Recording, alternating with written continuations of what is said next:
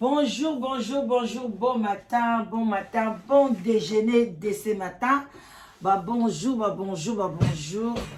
Ça dépend à laquelle vous allez suivre la danoise. Bambote ebele bisika bizubino, boboto bondeko, na kati ya mabota nabino. En tout cas,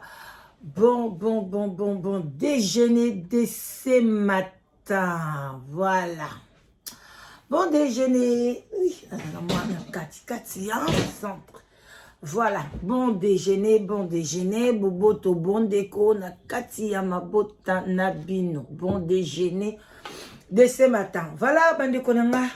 Comme d'habitude, Toyaka, vraiment merci naba. Ma présence nabino, merci nabino sur vos kotaka, vous tchaka la j'aime, vous partager émission, vous appelez, vous contribuer dans vos commentaires. Et ça kitoko makasi, vraiment je suis de cœur avec vous. Vous continuez toujours comme ça, partagez vraiment émission na WhatsApp na yo, partagez émission na Facebook na yo, na Instagram na yo, partout na Twitter, partout partagez émission et vous allez bien et l'âme sa conscience et vous allez kitoko makasi. Bande konanga na ye lelo ko l'âme sa conscience. To pesa non respect na ba chef coutumier na biso bobo to bondeko na ba oya biso ya catholique. Shalom na ba homme de Dieu. Bonjour bonjour na bino so bozolanda place nyon surtout ekozoyo. En tout cas bambote ebele et puis plein de bénédictions. Et puis to lobi pe na bandeko ya biso ya ba musulman salam alaikum bisika bizui bango. Tout tendance confondue. Bonjour. Voilà, bande konanga bozana se ya sous les baoba et pas ya mama leki na bino la danoise.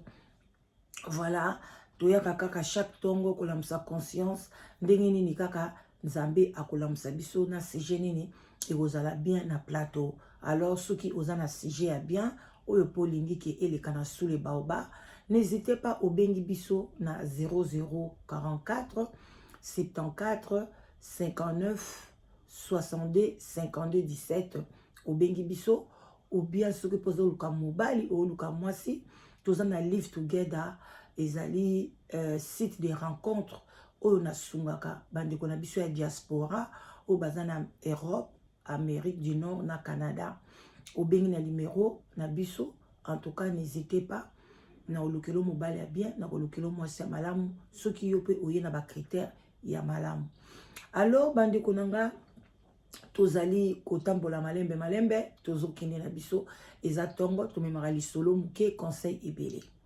bandeko awa na kati ya Angleterre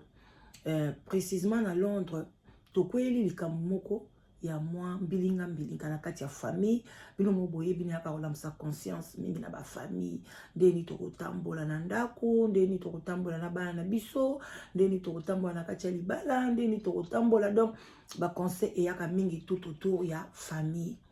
Alors bandeko nanga ndeko mwasi en tout cas aza na ye na âge ya 28 ans abala na mobile na ye baboti bana mibale balandisaki bana. Maman na ye abotaki etanga zaki na 20 ans, maman na ye azasiko na 48 ans. Yaza na 28 ans, ye na mobile na ye bazana eka ya 12 ans. Donc mobile na ye azasiko na agénine, azana 40 ans, maman na ye 48 ans. Alors aboti mwana liboso babengi saka ye ayaka poto kama mwana muke makasi penza te, mais ayaka poto mo avant atikaki ba parents na ye maman na tata na ye na Congo azape na baleki na ye musokuna. Alors bazaka penza na contact kitoko na maman malgré aya poto mo kala basola bien ye mo pesa kina na kin ngena otala ba parents na ye tout.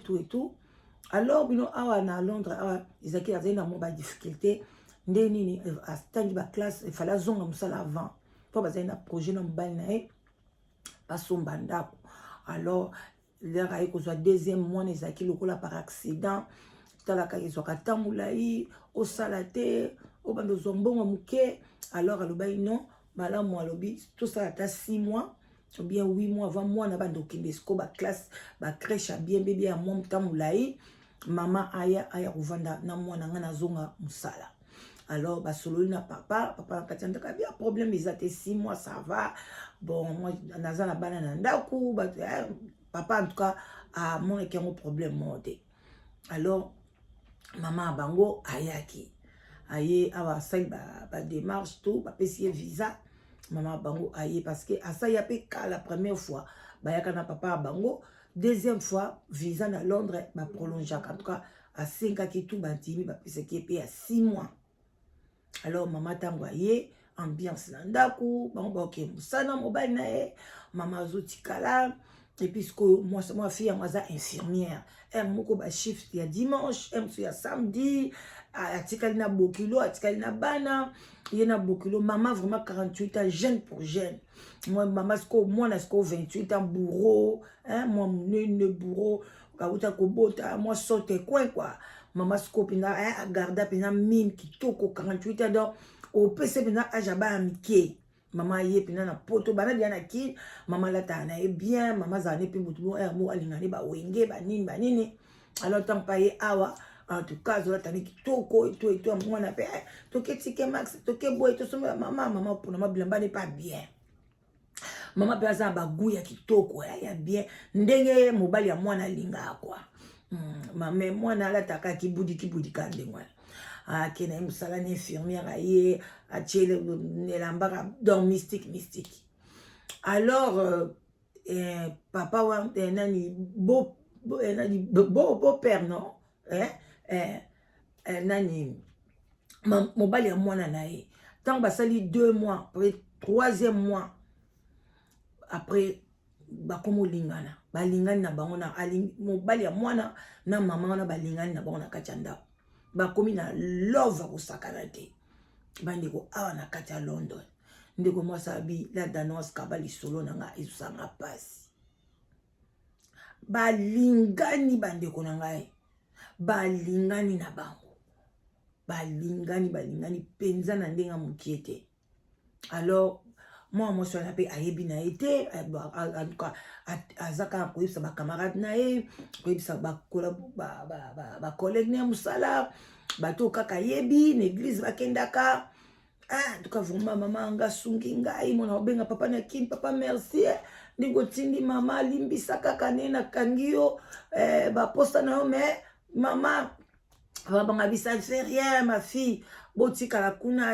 asunga yo dans 6 mois ekende nango mbangu azozonga na ye bandeko na nga moko mosusu fille wana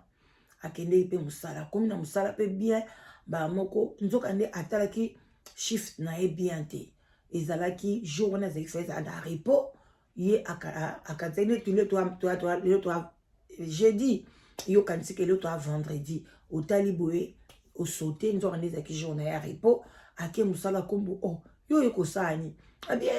nabosanaki abi tellement mama aza na ndako tellement azotala ne bana bamiliki azopesa donc esengo wana bandi osalanga nakomi donc nasalasala kaka donc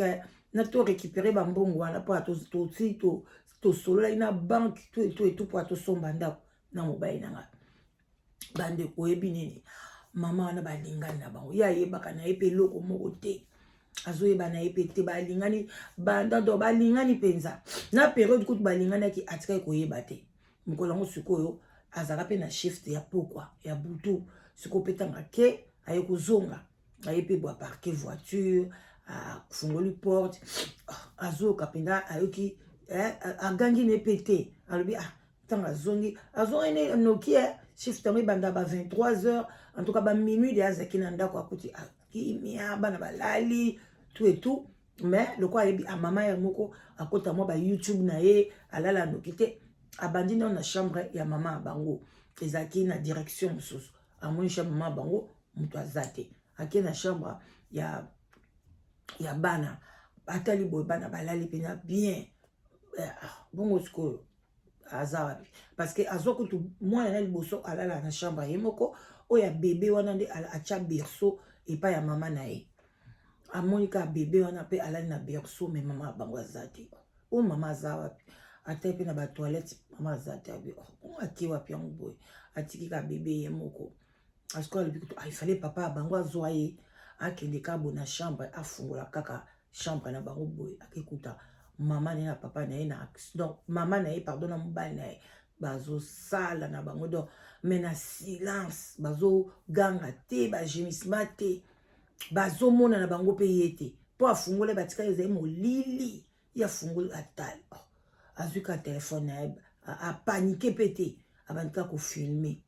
kama éclairage na ka ya téléphone pour bato batal abi hey pardon ma fille pardon mobali na yo pardon mobali na yo mama mwanaka pardon mobali na kaka oh mobali kuta olobelo te azo omoni nini eloko nini yango ozongela fa boepwani mobali bandisa neti kogaze abina albandi kolenga bandi kolenga pamoko akwei mbamoko boye mobali na ye bengi bengi ambulance eye zwi eke ake akomi kuna vraiment donc alembi tension emati donc makambo ebele na nzoto a développer ba maladie mususu boye na donc babi ba maladie wana eyaka na émotion mbala moko sucre bati na nzoto moto azaki na ye diabétique te donc a développer ba maladie asthme mbala moko komi na asthme ba peme komi compliqué en tout cas mama na mobali wana batikali na ndaku mobali bandi okende hôpital ayeko sa une semaine ba stabiliser sucre ba stabiliser pema wana ayeko zonga tanga zongi azo kuto azoyeba bande kobule na zonga na ndaku na sala nini tanga zongi apemi muke abengi papa bango a expliquer papa bango papa bango abi uyu makambo nini mama na yake kosala iza nini mama oyo nga na yebeli na ngai na mobulu te na yebeli azaka ne mutu aningana me uyu makambo nini bandeko na ngai papa wana bengi mwasi na ye mwasi anga bandi kolela nga pe nazo comprendre te boye na boye mbala moko mwasi wana nani bokilo na bokilo babandi kobongisa na bango parce que azalaki na visa na ya 6 mois ya plusieurs entrées na visa na ye wana akoki ne pe kokende ti na Irlande oyebi ke so basaki ndenge na mobali wana mama wana kanga biloko ntango mwasi wana ka azongi mukafi wana aolobisa mama na ye te akoti pe maladie azokeye pe mosala te akomoki pe bana na ye moko ayesika mama kosimba su bana na nga te soki oza na besoin ozonga na oboma pe libala na nga te mpona yo zonga na onga na kati na nga mosala mais en tout cas zonga mama ngo pa bandi kobongisa pe biloko na ye papa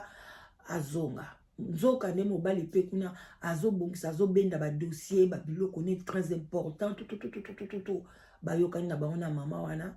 bakimi na bango bake Irlande ye fiana babengi taxi etutunzo ane mobali deja na tongo wana isa bimaki avana biloko ne de akende nango soka bomisa ngo wapi ndambu mama wana babengi taxi ao na ke azongi na ete bake Irlande fi wana avandi lobi nanga bengi papa est-ce que mama akomaki bien antoanga na kenda otike na aéroport te na bengelaki ka taxi ememaki ye ti na aéroport nzoka nde aéroport wana baozwa na bango avion na mobali wana bazokende na bango na Irlande bakende bango kosinstalle kuna banda bakei kosinstalle kuna inani ekoki donc avandaki na likambo yango avandi papa na Kishasa libala ekufi mwasi azonga lisu te mama na Irlande inane na Irlande ye kutu ayebaki destination te bandeko ya mobali nde baye koyebisa ye ke mobali nakoma na Irlande na mama na yo na miniti oyo mama na yo aza pe na zemi nde tooloba boye mama wana aboti mwana mobali baza mwasi na mobali na kati ya Irlande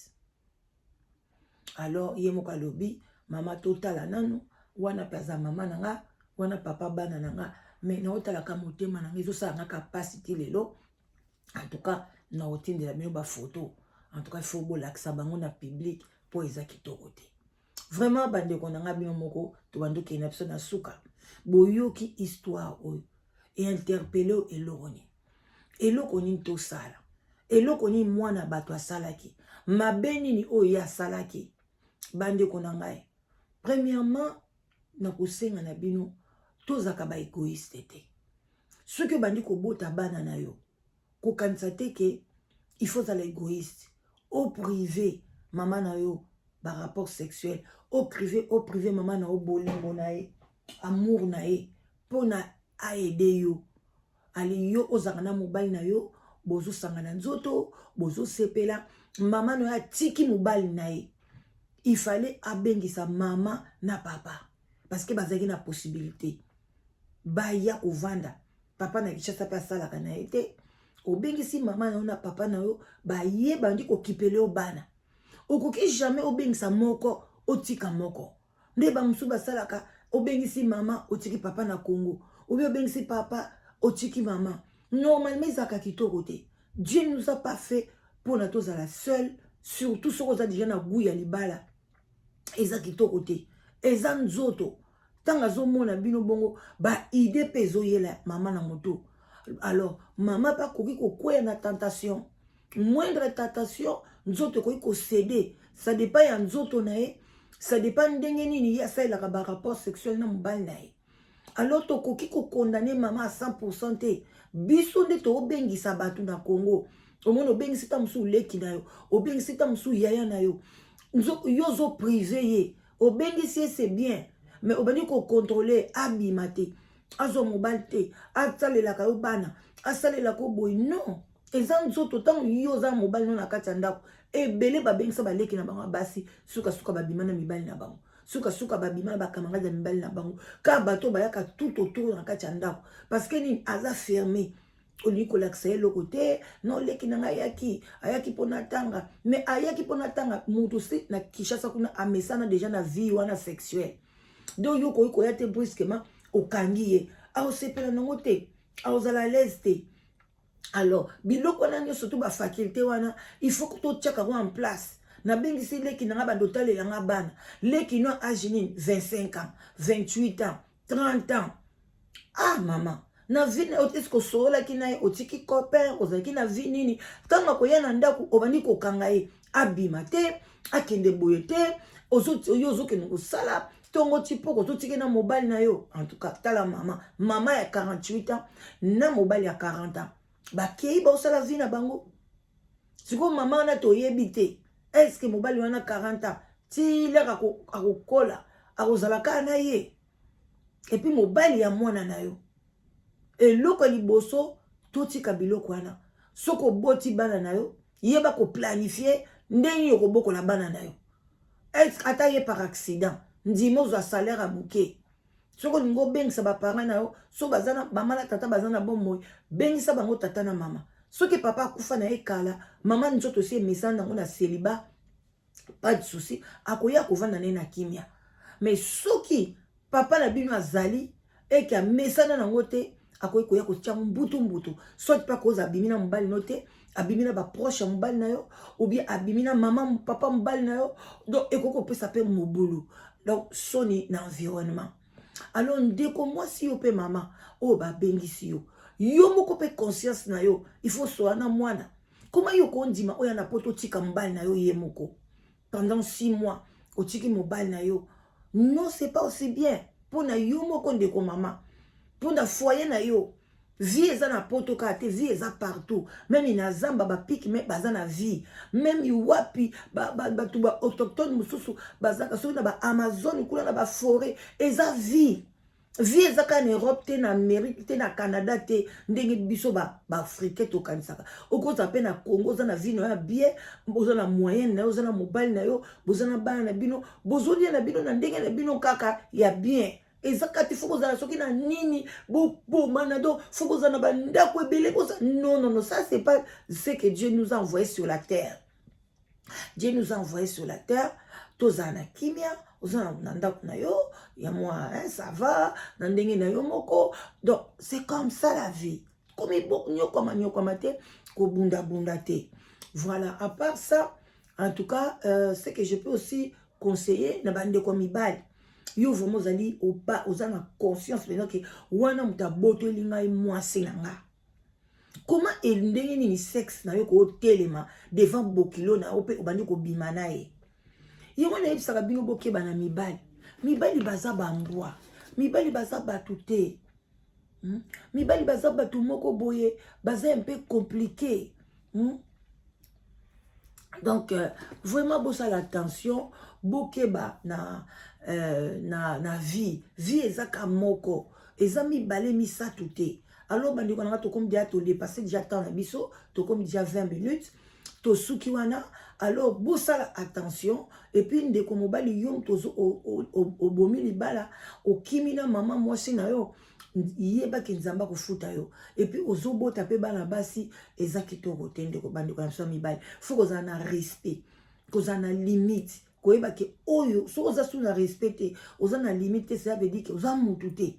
oza mbwa oza mututé parce que mutu faut na limite oza na limite oyeba ki na komi na situation boy na zana situation boy. En tout cas, à bon attendez à salut. Bande ko ngai bon matin, botika la malamu, bonne chance na ba obazolo comme ça là que Dieu vraiment a pambola bino bozo musala et puis bon service na ba obazo kene musala